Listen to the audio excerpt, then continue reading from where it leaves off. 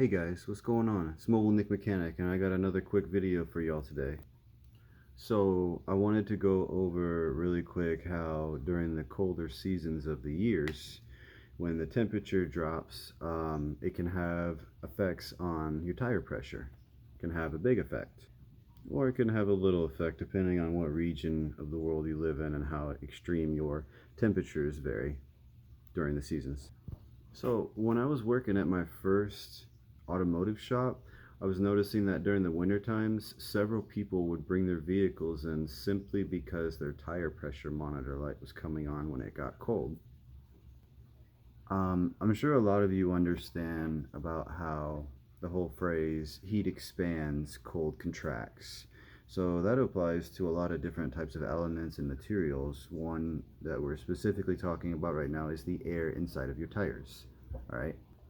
Now, one little interesting tidbit is that your tire pressure can actually decrease.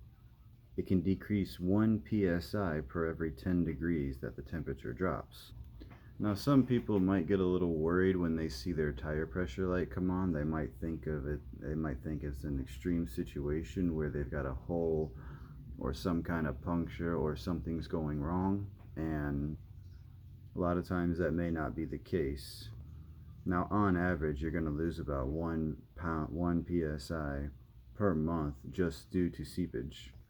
But what we are focusing on is the winter time and how the cold weather makes the air contract inside of the tire, so there's more room and your light's going to trigger.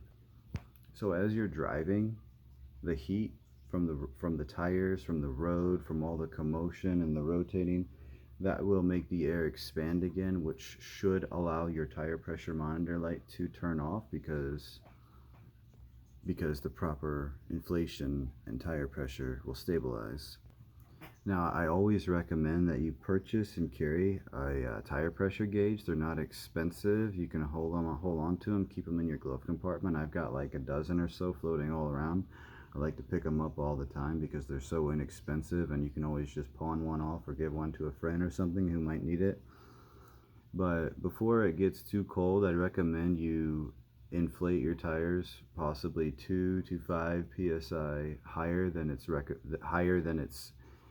says on the door panel inside your door.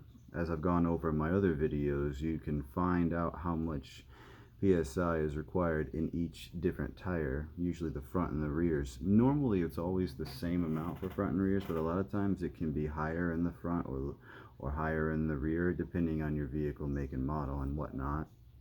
So when it gets cold and your light comes on, don't worry about it. Just add some more air. You want to check your tire pressure on average between a couple times a month. Usually when you go to fuel up your vehicle, you'll want to check your oil. Just take a quick glance at all of your fluids.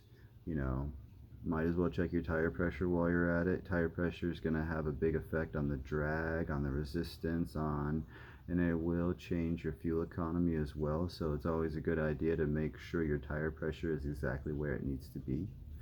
And yeah, that's all I really wanted to talk to you guys about today. When it's cold, don't worry if your tire pressure monitor light comes on. Just check it, air it up, and that's about all. Well guys, thanks for coming by. Have an awesome day. Comment on my videos, give them a little like. You can subscribe, share. Let me know what's going on in your life. Let me know what kind of car questions you have. I can do my best to answer them. And I'll see you all in my next video. Later.